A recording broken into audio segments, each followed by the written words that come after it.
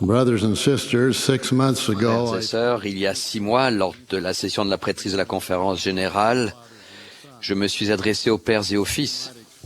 Comme on pouvait s'y attendre, mes 5 filles, mes 24 petites filles et mes arrière-petites filles de plus en plus nombreuses m'ont demandé un discours équivalent.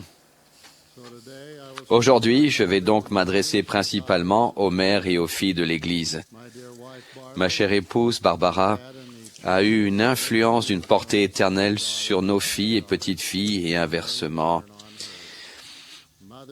Les mères et les filles ont le rôle primordial de s'aider les unes les autres à explorer leur potentiel infini, malgré le travail de sape d'un monde dans lequel la féminité et la maternité sont dénaturées et manipulées. Parlant aux femmes de l'Église il y a près d'un siècle, Joseph F. Smith a dit « Ce n'est pas aux femmes hors de l'Église de vous guider, mais à vous de diriger le monde, et elle en particulier, en tout ce qui est digne de louange, semblable à Dieu, édifiant et purificateur pour les enfants des hommes. » Sœurs, nous, vos frères, nous ne pouvons pas faire ce qui vous a été divinement attribué depuis la création du monde. Nous aurons beau essayer, nous ne pourrons jamais reproduire vos talents exceptionnels. Il n'y a rien dans ce monde qui soit aussi personnel, aussi enrichissant ou aussi capable de changer une vie que l'influence d'une femme juste. Jeunes filles, je sais que certaines d'entre vous n'ont pas de mère avec qui parler de ces sujets. Et beaucoup d'entre vous, femmes, n'ont pas de filles pour le moment. Mais parce que toutes les femmes ont dans leur nature divine à la fois le talent inné et l'intendance d'être mère, la plupart des choses que je vais dire s'appliquent aux grands-mères, aux tantes, aux sœurs, aux belles-mères, aux dirigeantes et autres guides qui comblent ces absences dans les importantes relations mère-fille. Jeune fille, votre mère vous adore. Elle voit en vous les promesses des générations futures. Tout ce que vous accomplissez, tous les obstacles que vous surmontez, la remplissent d'une grande joie. Et de même, vos soucis et vos chagrins deviennent ses soucis et ses chagrins. Aujourd'hui, je vais m'adresser aux jeunes filles et leur donner quelques conseils pour qu'elles profitent au maximum de leur relation avec leur mère. Puis, j'adresserai quelques pensées aux mères pour qu'elles sachent comment exercer la plus grande influence possible sur leurs filles, ainsi que sur tous les autres membres de leur famille. Il est malheureusement trop facile d'illustrer la confusion et l'altération de tout ce qui touche à la féminité dans la société contemporaine. Des femmes impudiques, immorales et intempérantes saturent les ondes, monopolisent les magazines et hantent les écrans. Tout cela sous les applaudissements du monde. L'apôtre Paul a parlé de façon prophétique des temps difficiles qui arriveront dans les derniers jours et a précisé un point qui lui a semblé particulièrement dangereux. Des femmes d'un esprit faible et borné, chargées de péché, agitées par des passions de toute espèce. La culture populaire actuelle fait souvent passer les femmes pour sottes, légères, insouciantes et sans influence. Elle fait des femmes des objets, est irrespectueuse envers elles, et puis veut faire croire qu'elles ne peuvent laisser leur empreinte sur l'humanité que par la séduction.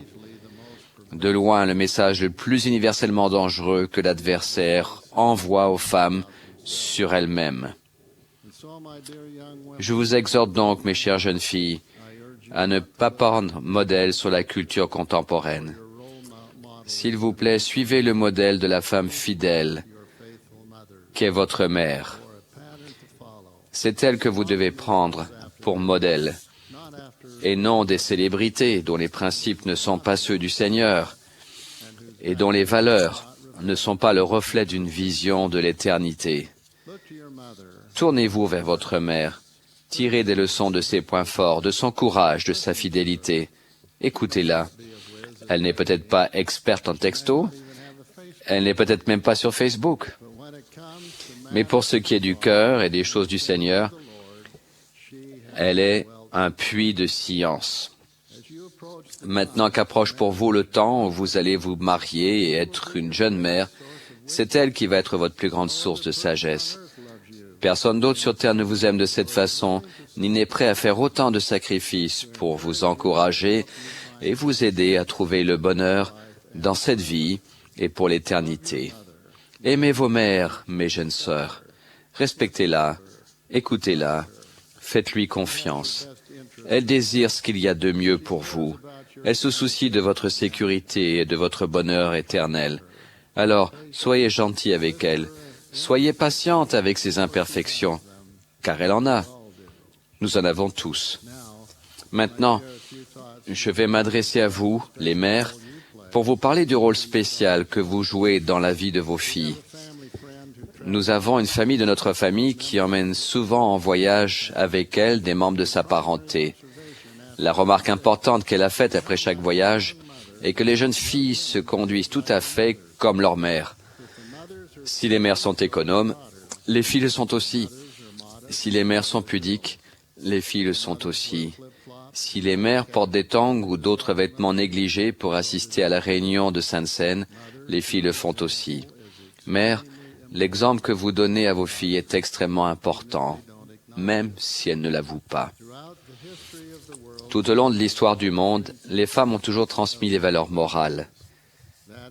Cet enseignement commence au berceau et continue pendant toute la vie de leurs enfants. De nos jours, notre société est assaillie de messages sur la féminité et la maternité qui sont dangereusement et méchamment faux. Écouter ces messages peut conduire vos filles sur le chemin du péché et de l'autodestruction. Vos filles risquent de ne pas comprendre cela si vous ne leur expliquez pas, ou mieux, si vous ne leur montrez pas comment faire de bons choix. En tant que mère en Israël, vous êtes pour vos filles leur première ligne de défense contre les artifices du monde. Cependant, chère mère, je sais que, quelquefois, il vous semble que vos enfants n'écoutent pas les leçons que vous essayez de leur donner. Croyez-moi, je connais le regard inexpressif qui se lit dans les yeux d'un adolescent lorsque vous en arrivez à ce que vous pensez être la meilleure partie de votre enseignement. Je vous assure que même lorsque vous pensez que votre fille n'écoute rien de ce que vous dites, elle apprend de vous en observant si vos actes correspondent à vos paroles. Comme l'a dit Ralph Waldo Emerson, « Ce que tu fais parle si fort que je n'entends pas ce que tu dis. » Enseignez à vos filles à trouver de la joie à élever les enfants. C'est dans ce domaine que leur amour et leur talent auront le plus grand impact éternel. Dans ce contexte, réfléchissez à la recommandation d'Harold Billy. La partie la plus importante de l'œuvre que vous pourrez accomplir sera celle que vous accomplirez dans votre foyer. Cela est vrai pour nous tous, bien sûr, mais c'est particulièrement puissant quand on parle des relations entre mère et fille. Mère, enseignez à vos filles qu'une fille fidèle de Dieu évite la tentation de faire des commérages et de juger les autres. Dans un sermon adressé à la Société de secours de Nauvoo, Joseph Smith, le prophète, a expliqué aux sœurs, « La langue est un membre indiscipliné. Gardez le silence sur les choses qui n'ont pas d'importance. » Ces dernières années, il y a de nombreux articles, livres et films parlant de femmes et de filles qui font des commérages et qui sont méchantes. Satan essaie constamment de saper l'élément le plus précieux de la nature divine de la femme, sa capacité d'élever. La relation mère-fille permet à une fille d'apprendre comment élever en étant elle-même élevée. Elle reçoit de l'amour, on lui enseigne et elle fait l'expérience personnelle de ce que signifie être aimée suffisamment par quelqu'un qui est capable de la corriger, tout en continuant à l'encourager et à croire en elle. Sœurs, souvenez-vous que Dieu est la source de tout pouvoir moral et spirituel. Nous avons accès à ce pouvoir en faisant alliance avec lui et en respectant ces alliances. Mères, enseignez à vos filles l'importance de faire des alliances, puis montrez-leur comment respecter ces alliances, de sorte qu'elles aient le désir de vivre de façon à être dignes d'aller au temple. Dans le monde actuel, cela signifie que vous devez parler à vos filles de la sexualité. Vos filles et vos fils deviendront majeurs dans un monde qui les encourage ouvertement à des relations sexuelles précoces, désinvoltes et inconsidérées. On porte au nu des femmes impudiques et lascives, et trop souvent on les encense et on les imite. Même si nous pouvons prendre des mesures pour éviter de nous exposer à ces éléments peu recommandables de la vie contemporaine au sein de notre foyer et de notre famille, nos filles ne peuvent pas totalement éviter les messages et les incitations sexuelles éhontées qui les entourent. Vous devez avoir de fréquentes discussions au cours desquelles vous enseignez à vos filles la vérité sur ces sujets. Par exemple, elles doivent comprendre que lorsqu'elles portent des vêtements trop ajustés, trop courts ou trop décolletés, non seulement elles envoient un faux message aux jeunes gens qu'elles fréquentent, mais elles entretiennent également dans leur esprit l'idée erronée que la valeur d'une femme dépend uniquement de son sex appeal. Cela n'a jamais été et ne sera jamais la définition d'une fille de Dieu fidèle. Elles ont besoin d'entendre cela de votre part, clairement et de manière répétée, et elles ont besoin d'en voir le modèle correct et systématique dans votre propre façon de vous habiller, de vous présenter et dans votre comportement pudique. Tous les jeunes auront plus de chances de contracter et de respecter des alliances s'ils apprennent à reconnaître la présence et la voix de l'Esprit. Enseignez à vos filles les choses de l'Esprit. Renvoyez-les aux Écritures. Donnez-leur l'occasion de faire des expériences qui les aideront à chérir la bénédiction qu'est le pouvoir de la prêtrise dans leur vie. En respectant les alliances, elles apprendront à écouter la voix du Seigneur et à recevoir la révélation personnelle. Dieu écoutera vraiment leurs prières et y répondra. Le thème des activités d'échange pour 2010 s'applique aux jeunes, ainsi qu'à nous tous. Fortifie-toi et prends courage. Ne t'effraie pas et ne t'épouvante point, car l'Éternel, ton Dieu, est avec toi dans tout ce que tu entreprendras. Il les guidera sains et saufs jusqu'aux bénédictions du temple. Faites en sorte qu'elles sachent que le chemin le plus sûr vers le bonheur éternel passe par le respect des alliances. Et si nécessaire, enseignez-leur comment se repentir et rester purs et dignes. Maintenant, si vous pensez déjà avoir entendu cela, mes frères et sœurs, c'est parce que j'ai parlé aux parents et aux enfants pendant 3 conférences générales de suite. En avril de l'année dernière, j'ai recommandé aux jeunes de tirer les leçons du passé. Je cite une partie de ce discours. Quand vous êtes disposé à écouter et à apprendre, certains des enseignements les plus importants de la vie viennent des personnes qui vous ont précédé. Combien votre vie sera meilleure si vous voulez suivre le noble exemple des disciples fidèles du Christ. En octobre dernier, j'ai parlé aux pères et aux fils au cours de la session de la prêtrise, et aujourd'hui, je me suis adressé principalement aux mères et aux filles.